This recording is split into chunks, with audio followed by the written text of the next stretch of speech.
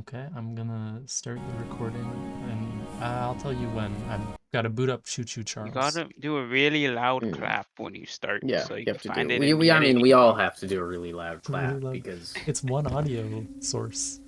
Yeah, but it'll be that even doesn't louder if matter. we all Yeah, do it'll it. be really Okay. loud. 3, 2, 1. Okay. Oh, Discord just removes that. What happened to the clap? No, it gets like Oh, Discord you Oh, did removes they it. it. get noise suppressed? Noise suppression. Damn, owned. Damn. Okay, you gotta turn off noise suppression. Oh How are we gonna no. get the clap going? True, Okay, true. so I'm gonna explain where I am in Choo Choo Charles. In Okay, Choo how do Choo I turn off Charles, noise the suppression? train Charles is like hunting for blood. But I'm stuck at, such a point that I'm near where he spawns. And he keeps circling Did that around work? me. Were you able to hear my clap? Yeah, that's good. Okay, and I said turn off noise It suppression. Okay, actually, now. it's Yeah. drawing the train to Sebastian, Yeah, which is actually it actually a is. great thing. I can see it over the hill right now. It's not an attack phase yet. Okay. But it will be. And the important thing about the attack phase is that it's actually called the battle phase. And it's Oh home yeah. to some of the most broken cards in Yu-Gi-Oh! Honest, Honest Neos, Dark Honest, Battle Fader, and the Karivos. Some of them, I think. Yeah, I feel it there. This fucking, like, this restanding stuff that's going on with the Vanguard is way too much. You know, every Vanguard has the same skill where they just restand and attack, and then restand and attack, and the next one is a restand and attack. They gotta get more creative, right? Yeah, I feel Now like that's fair, yeah, but in my opinion, who is still playing Boral Sword? Very few people. Just about no one, I would say. I think it's been power crept. I don't think there's any point in bringing that up at this point. Sebastian? yeah. What do you I'm think? watching Choo Choo Charles right now, and it's What are you distracted by something? I thought we Distracted by weren't supposed to the mention the very train. premise that if you really think about it, once tier gets hit, people are if they don't hit the bestials, people are still going to be playing them because they're cracked. yeah. If you look at Rika, if you look at my list, if you look at my list, I'm playing one light and it's Jasmine, and I won't cut her. She's broken. So it's gonna be good again. I'm telling you. Oh Yeah, fuck! I jumped out honestly, of the house. I think in the post, he's just too generic. But I don't think he should be hit. A lot of people are talking about hitting cards because it's expensive. It means it's good. I don't think that's the problem. I think he's just way too generic. I don't think he should be hit. It's just maybe reprint him, make him cheaper or something. They have been getting better with reprints recently. No, even better than Japan side for some reason. The Japan side, they're getting like they get like one reprint in like they're in a case, and we get two. Oh no, not in a case, in a box. We get two in a box. And recently, the Japanese side had their reprints for the next set announced, and they have 5 cards. We have 10 different cards getting reprinted. So no, fuck those guys. That's a good point. I really do think that Death Exmon being so generic and so insanely good is annoying because I don't want to spend that money. He's gone down. He's only like $50 now instead of 90, but I just don't want to see that. It's not any of the stuff I like about Digimon. It doesn't have Angelomon or Devilmon on it, so I'm not interested. Yeah. Speaking of reprint policy, I can't believe that Wizards of the Coast has like did that 30th anniversary edition thing. It's a really unpopular move, and it feels like a bit tone deaf. Yeah, honestly, I think them reprinting that fucking Orphis guy was very tone deaf. No one plays that card. It's literally the worst triple rare in existence. I didn't know it existed. I knew the deck was bad, and I didn't know why until I saw that's the piece of shit they printed for it. And then they have the gall to reprint that card that no one's ever run ever. It's literally just the worst card. Just Now, minus yourself for power. I think you might be a little too harsh on Orchest. I think Harpar should be removed from the ban list. There's no point in it still being there. Uh, I think Orchest is cool, and I want to see it exist. And I don't think that'll ever happen in any capacity, even though it's funny, without Harpar back. And I want that. Put it in tier. Play it in tier. It won't help. It'd just be funny. Yeah, I guess that's a good point. I think that just banning Percival was definitely a bit too much. He's definitely come off as like the point is he was only abused in a very specific high rolly deck. So they definitely could take him off and use a choice restriction maybe so that he could still be used in the deck he was made for, the blue flame archetype, instead of being used in any random gold paladin deck. Which is really the problem. Blue frames aren't a problem, so I think yeah, this is just choice restriction. The ban was definitely too much, probably take him off. I am very excited for the upcoming set. As everyone knows, one of the best cards of all time. Thing made to order mermaid outfitter, and I think that card is just going to change the game.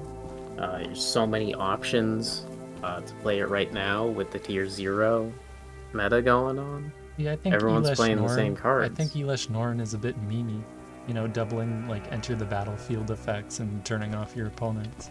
It's a bit of a weird mix of casual and anti-casual, like you brought up. But I mean, we'll see how it shakes around. Yeah, floodgates are their own thing, with like Ghidorah causing effects not to go off like you were talking about. But the problem with floodgates in Vanguard is just that a lot of times they just don't have any of you can't just stall forever. They don't have the offensive presence. Ghidorah's stopping both people from playing, and then no one's playing. And then you don't have any ceiling and you just lose. So I don't think they're that big of a problem, really. Yeah, people complain a lot about floodgates, but when the floodgate is on my field, I think it's actually based and epic. Mainly, I am a Baguska gamer. I do love that terribly tired tapir. I think he's a legend and a hero, and we should all respect him for his ability to sit in defense position. Fuck. Dunk going off. I mean, I understand having strong defense is pretty nice and all. I think that a lot of people calling for increased sealed values to just make defense better in general, but I think that it's just a bit too much. Like, the game already can go on for too long. If they just increase defense values, the game will just drag on and on, make the time problems even worse. I think that they have to find a better solution, something bigger. That's a fair idea. Personally, I think it is great that links don't have defense position, because if I'm trying to play Live Twin, I will sit on my Baguska and it won't hurt me, because it's good when it's on my field. And if my opponent is a dumb idiot and tries to Baguska me, I don't care. You can't stop me. I'm gonna play my deck and lose to Bestials and every Shizu card and most current things because I think it's cute and I'm an idiot. I'm gonna keep playing. That's all you have to say about this. I think Charles is trying to break in. He sort of glitched through the floor. Oh shit, he can get in. He can get in. Actually, if you think about getting in at this point, he's stuck in the room. The cost of Kashtira is insane. This deck. He came into the room. They printed and then he left everything. They printed everything at Secret Rare. Half of the new set is just Kashtira Secret Rares. It's like $550 for a core at the cheapest right now. Which is hilarious, because you're also probably going to want to buy Triple Tactics. And also the name, Triple Tactics Thrust. What? No. I was taunting Charles, and then he He glitched through the floor of the room I was Yeah, in. you know, I do agree with these pricing problems in the upcoming sets. That premium set that they're making for, it's like it's supposed to be an intro set. Well, but it's like over $100. New players aren't gonna jump into, even if it's, you know, technically full decks, they're not gonna pay over $100 just to test out a format. You really do have to see the terms. Because I think the problem is they were looking at how much it would cost to make the deck when they were deciding the price of the trial deck, or the starter deck, whatever they're calling it. But really, they probably shouldn't worry too much about that. I think it would be better just to focus on getting an affordable price for new players to get into premium. That's a fair idea. I do think that the high price of the Juicy Honey 2022 luxury box is insane, but if you look at how fast it sold out, I couldn't get it. I couldn't buy it. I'm still waiting for just whatever the next base set is. 'Cause I can't even dream about getting one of those things. They're already, $200, $300 just for one of those. I might as well just pour my money into zillions of enemy X instead. Mm. Yeah, yeah. Because when I was trying to decide what deck to play, it was like, how am I gonna afford Cheshire Cat, the Grinning Remnant? It's way too expensive. No one even plays Force of Will. Why this card cost so much? It was like base rarity was insane. It's like $100 for a base rare card. Then there's an even higher rarity. It's like, how is anyone gonna afford to get into this game? It's already not popular. You can definitely build budget decks in the Elder Scrolls Legends using many common and rare cards that are given to you early on. You can build a valuable deck that can get you pretty high on the ladder. I think the record is like 2 weeks to make it to Legend. Yeah, I mean, that's fair. I've spent all of the money I've ever made in my entire life on card sleeves, and so many of them are standard size, but I basically only play games that have mini size cards. So I've basically burned all of the money I've ever made in my life, as well as um, some of these are too good. I think I could be banned for using these because they're too nice. This Asuna from Blue Archive. I don't play that game, but I Mm. also don't play any standard size games, so I can't use it. So I don't know what to do. Yeah, yeah. I feel that these playmat sizes need to be a lot more generic. You know, the Japanese playmats are too small, but they have nice arts. And it's just like, where am I gonna fit my cards? I have to have all these zones. How am I gonna fit a G zone and my tokens and my drop and my banish and all that on this tiny mat? You know, all the games I play need bigger mats, and these mats are too small. It's actually a good point.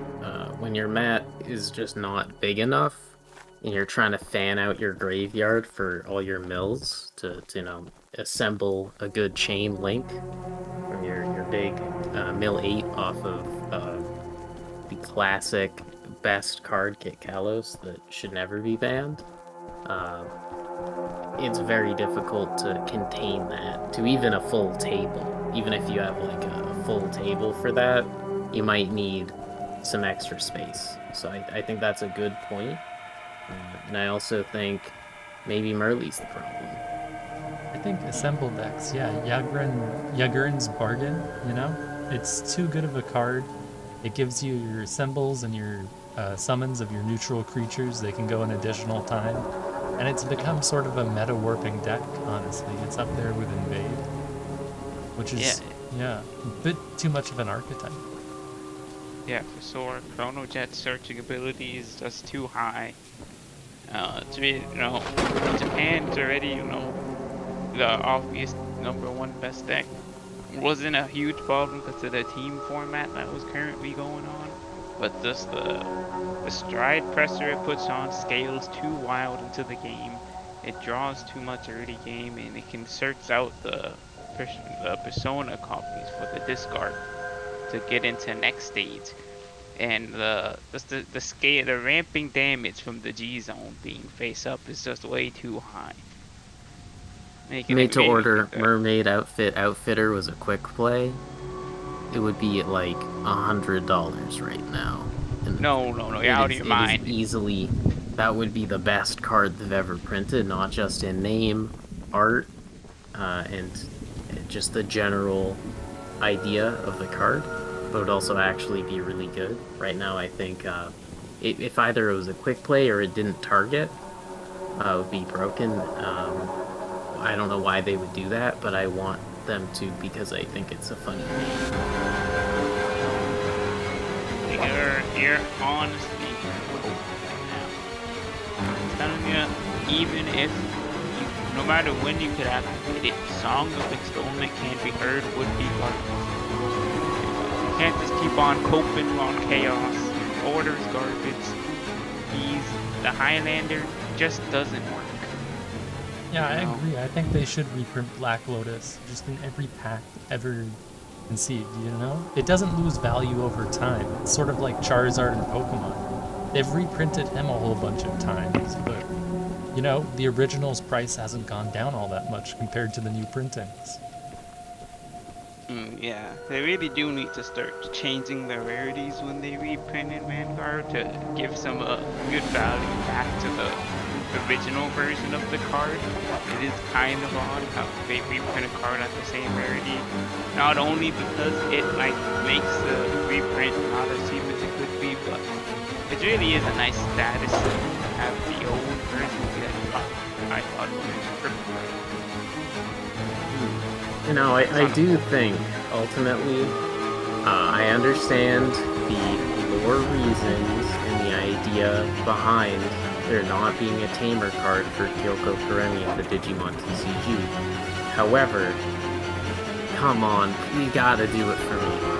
I'm not saying the spoilers for Cyber Sleuth. I get it. Come on. Oh, it looks. That design is so good. Give me that. Put that on a thing. You Charles gave has come Minervamon. upon me It's once there. more. Why not this? Huh? That's pretty good.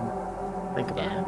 Yeah, Photiosa is pretty good, but they just have been really slacking on support for those LVTO1 decks, honestly. But they announced that they're each getting like one card in the booster, but those decks are so garbage. I don't think one card is gonna be able to fix them. Photiosa is just, I've tried it out in tier days. It's just a bit too janky. It doesn't really work at all. But actually speaking of tier days, $70. Come on, $70 for a card seems kind of insane. It's a fair point. Spending money to play in a format where the funny bug card is legal and soon to be searchable on these sprites. No, I'm not gonna do it. You can't make me. I won't do it. Also, it being searchable with the sprites is the same thing people said about B-Troopers. I don't think anyone will search it. Why would you search Maxi to have it turn 2? I don't think so. Just make something they can't get through. It's easier. Toadban is also stupid. He's funny. Give him back. I think Sandstorm Titan is a key card in Eternal that differentiates it from Magic. Not just the digital mechanics, but the fact that it defines the format as a 4-mana 5/6. Or sorry, 4-cost 5/6. That blocks against aggro decks, which tend to be very dominant and cheap to build. Yeah, I mean, that's fair. I think the fourth gate is going to be just broken. It's going to say that it does VFD, but twice. The fourth gate's really going to just open up Virtual World to being the best deck again. Any minute now. Really, I think you're hoping. I don't think the MFB is ever going to come back for the rest of the MFB. High roll is just too much. Like 2 extra turns in a row is just not fun. How are you ever gonna survive? I don't think that they're gonna unban the hits to MFD. I think that deck's dead.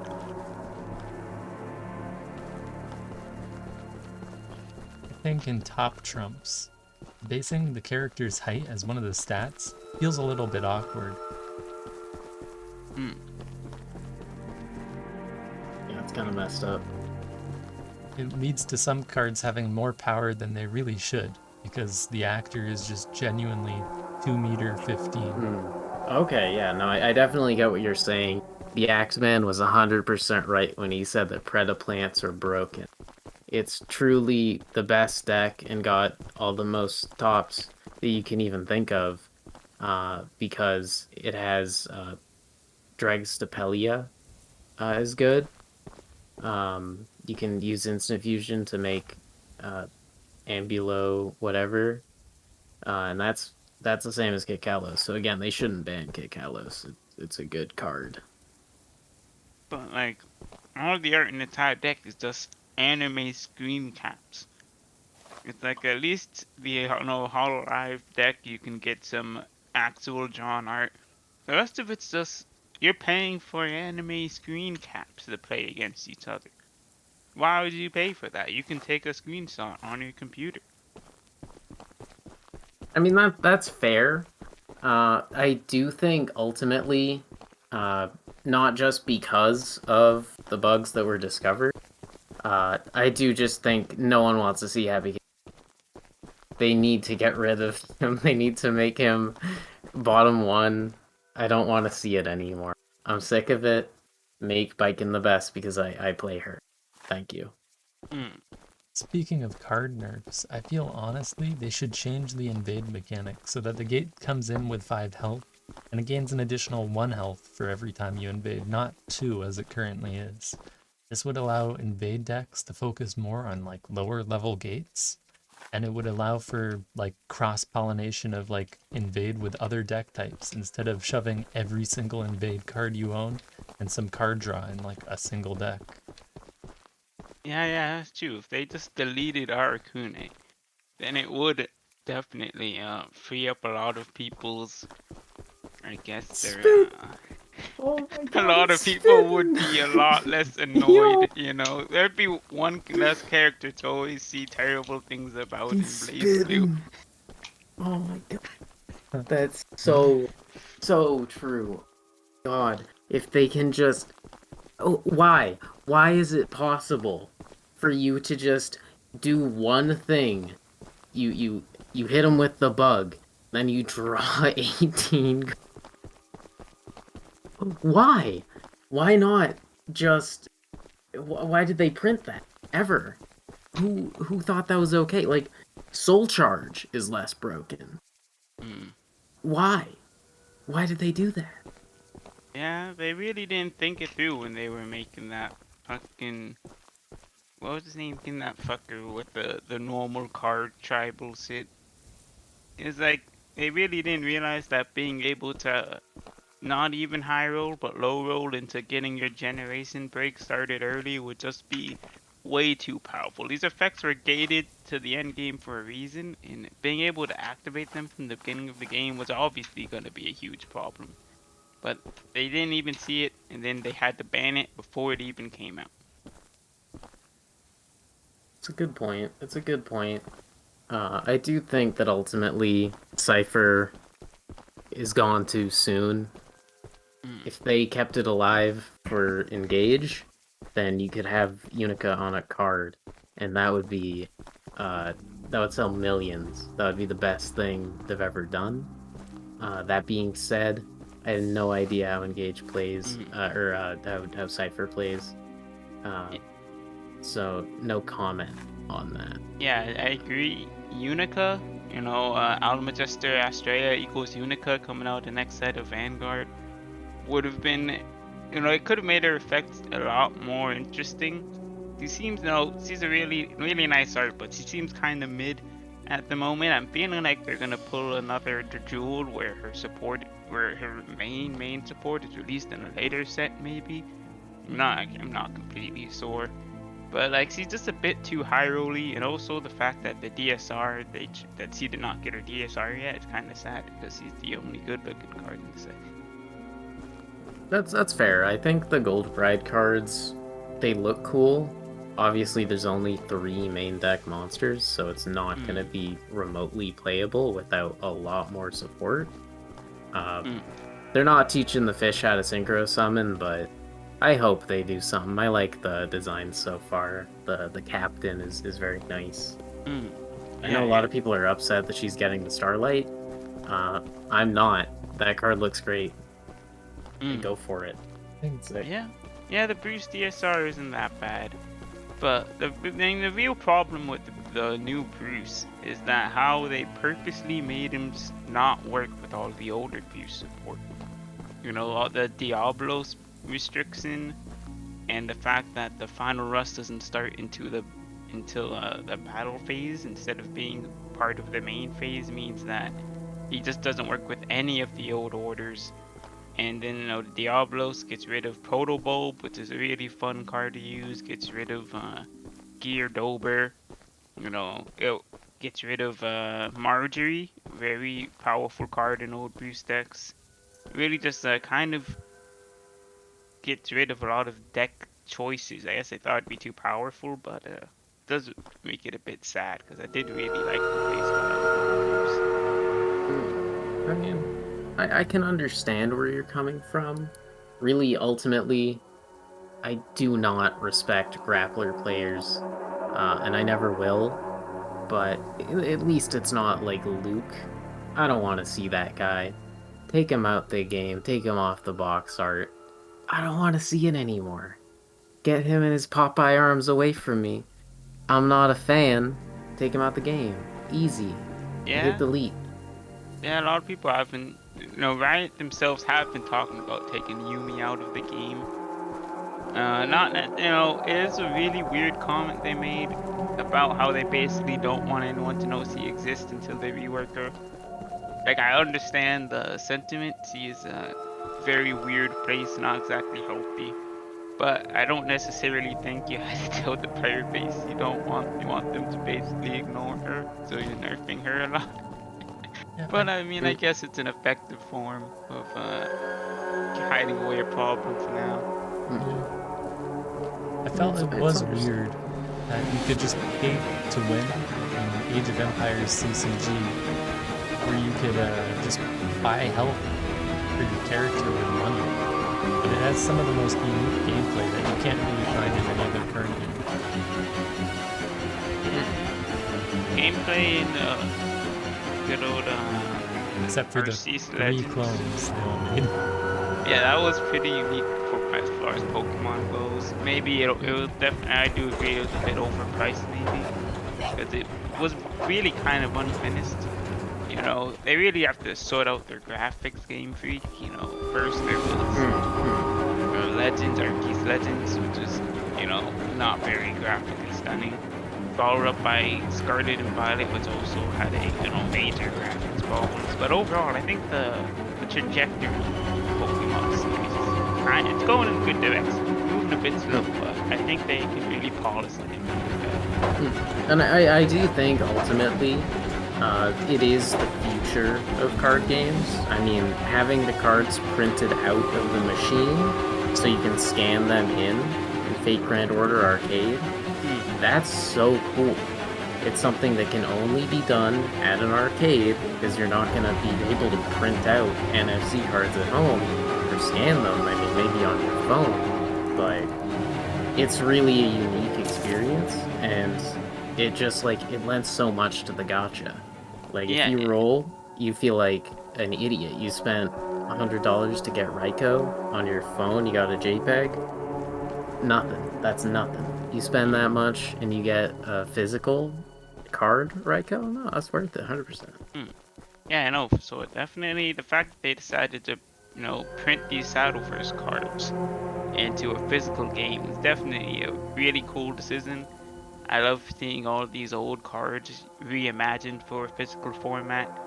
Unfortunately, one complaint I do have is that in Shadowverse Champions Battle, the game, I played a lot of early Shadowcraft. I was a big fan of Shadowcraft. I thought it was cool. Not the strongest, but a very cool playstyle. But because of, you know, physical limitations, they fused it with Bloodcraft. It really kind of lost the Shadowcraft identity. It feels a lot more like a weird, you know, it's a weird mix with Bloodcraft. Kind of feel a bit displaced. I don't actually deck names for it. I definitely get where you're coming from. I mean, I also paid like full price almost for Grand Blue Fantasy Versus. Yeah, So knowing, I mean, it's Arxis, knowing that it's gonna be like either a separate game or at least like a Rev type DLC upgrade, it's not gonna be free.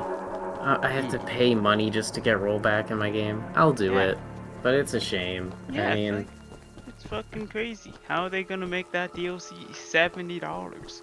And the card sets are like 2 months behind. It costs the same as the game itself.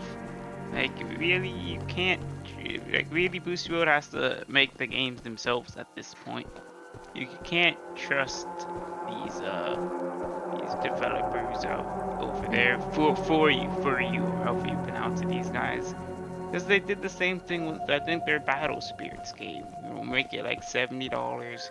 Make the DLC cost the same. And the sets are super late. It's like, why are you even paying this much? Super late in English. Imagine how late it is in Japan. I mean, I definitely get where you're coming from. I mean, we've done a lot better in recent years having games releasing simultaneously in the US and Japan. Obviously, something like Yakuza 6 came out like 2 years after it came out in Japan here. And even now, we're just getting Ishin like next month. That game came out at PS4's launch. It's Wow. I mean, it's a huge step up that now we're getting things simultaneously. It's really something. Yeah, but it's like Rust Duels have been out for so long, and they still no announcement. They've released a Rust Duel video game, but there's still no announcement for Rust Duels. It's in Korea and not in America. Why can't we Rust Duel? Why can't we play Baby Yuki? Doesn't make any sense. I mean, that's fair. I think that a lot of Korean players have shown that they're extremely strong, but the Mm. Pakistani Tekken players are incredible, and the setups that their arcades, they have the most unique like play style just from having to like play at a specific arcade that has like a cutout in the table so they can hold the stick the way they hold it. It's insane. Yeah, no, If you haven't really looked in, it's definitely really something to learn about. yeah, no. The Koreans, like, it was definitely insane watching their just domination over StarCraft 2. It's a real shame that big controversy had to happen with the win trading and stuff, and kind of really made a devastating blow on the StarCraft 2 competitive scene. I think it could have had a even it's an old game, but I think it could have just kept on growing and growing with how esports are on their eyes these days. But yeah, I really did a huge hit to StarCraft 2's competitive integrity. I don't know if it's ever gonna recover. I'm surprised It's by fair. how large the Russian scene for Elder Scrolls Legends was. It was a good Mm. fifth of the player base. Wow, And 10 Yeah, people. yeah, it was pretty much the only active foreign part. I mean, there was French, but it was the most active in like a solid 20% versus like other languages that could more easily communicate with English. Yeah, you're definitely right here. How the average Yu-Gi-Oh player can't even read English. It really is like it's really puzzling how you can have the card on the table and they just won't read it. And then the effect happens, and then they're just like, oh, I Mm. didn't know. Like, bro, you could have read the card. It was right there. They don't. They just even they read the card, and they don't even read the second effect, and they get all surprised. Yeah, my favorite part of the Vanguard community was just how willing they were to read the cards and make sure that no one had any communication errors about the state of play. It was I right mean, there, very that's transparent. fair. Yeah. I do think ultimately, if we really, add up everything we've talked about, Fortnite is not overrated. It's just the best game. Yeah. Fortnite. Among Us. End recording. That was the best possible ending. Yeah, yeah, yeah.